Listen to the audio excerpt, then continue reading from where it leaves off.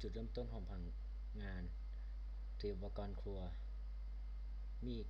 กระทะเขียงชามตะหลิวตรวจสอบวัตถุดิบข้าวหมูกระพริกกระเทียมใบกะเพราไข่เยี่ยวม้าตรวจสอบว่ามีวัตถุดิบหลักครบถ้วนตามรายการที่ระบุหรือไม่ขั้นตอนการตัดสินใจหมูกรอบหลังจากตรวจสอบวัตถุดิบแล้วระบบจะเข้าสู่จุดตัดสินใจเกี่ยวกับ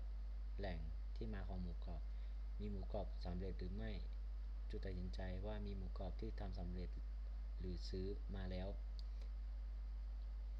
ถ้าใช่ให้ดำเนินการใช้หมูกรอบสำเร็จ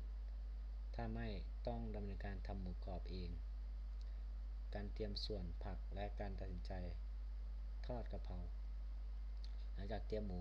เสร็จสิ้นจะเข้าสู่ขั้นตอนการเตรียมส่วนประกอบที่จะนำไปผัดเตรียมส่วนผัก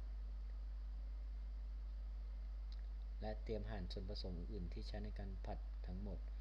ทอดกะเพรากรอบไหมจุดตัดสินใจว่าต้องการทอดกะเพราให้กรอบเพื่อใช้โรยหน้าหรือไม่ถ้าใช่ให้ดำเนินการทอดใบกะเพราไฟแรง 10-20 วินาทีถ้าไม่ให้ใช้ใบกะเพราสดตอนผัดแล้วจึงไปที่ขั้นตอนผัดขั้นตอนการผัดและจัดจานส่วนนี้คือกระบวนการปรุงอาหารจริงและการจัดเตรียมเพื่อเสิร์ฟขั้นตอนการผัดดำเนินการผัดตามลำดับขั้นตอน